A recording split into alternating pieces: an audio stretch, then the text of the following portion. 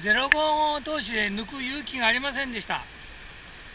対抗もあり、なかなかしゃっかみ抜きは険しいですね。でもヤマメはこんな太ってませんからね。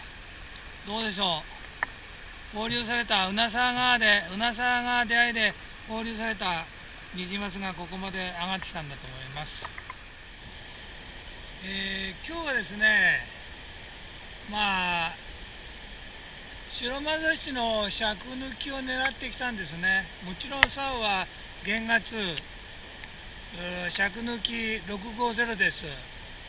それで一応土曜日の糸もあるもんですから08の投資ね。だけども白マザシの尺抜きを狙ったもんですから055で 0.55 の投資で十分じゃないかと思ったんですね。でまさか考えてみればニジマスとか大きなイワナが掃除をする時期ですから085投資でやっておけばよかったんですね。そういう油断があって今日はシャッカメ抜き055投資で、浮いたところで抜くのを躊躇 しちゃったんですね。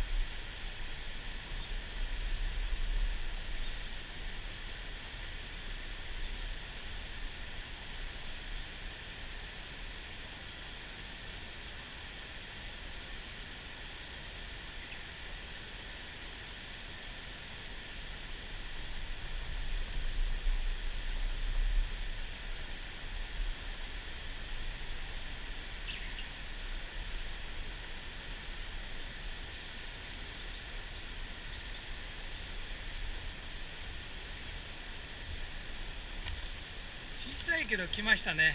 12時40分18センチくらいの綺麗なのですね。ガンダム1号重り下25センチ深さ 1.2 メートル。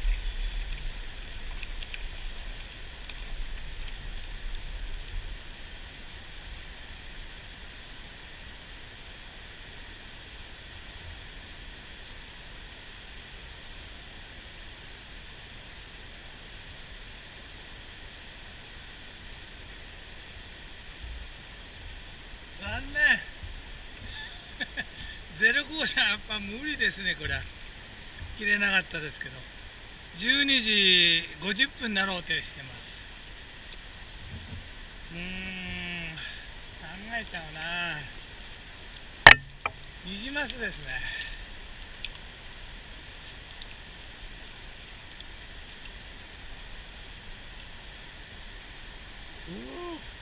ここに針かかってますね。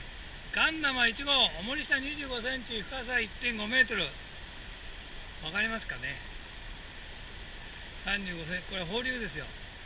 綺麗になってますけど。残念ながら抜けませんでした。05だったんですけどね、まさかこんなのが来ると思ってないもんですから、まあ尺の白マザシ狙ってたんですね。尾っぽが綺麗になってます。4時6分、今日は当たりがないので、納棺します。ここはですね、玉川本流と玉川、あちらが玉川本流ですね。これ日本原川です。の合流点ですね。5月3日は午前8時にここで皆さんをお待ちしております。参加する人がいればいいですね。帰ってきました。今計測します。計測器で32センチですね。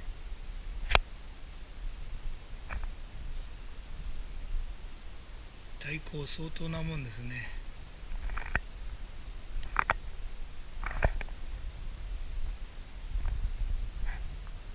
32センチです。太いですね。重さ測ります。379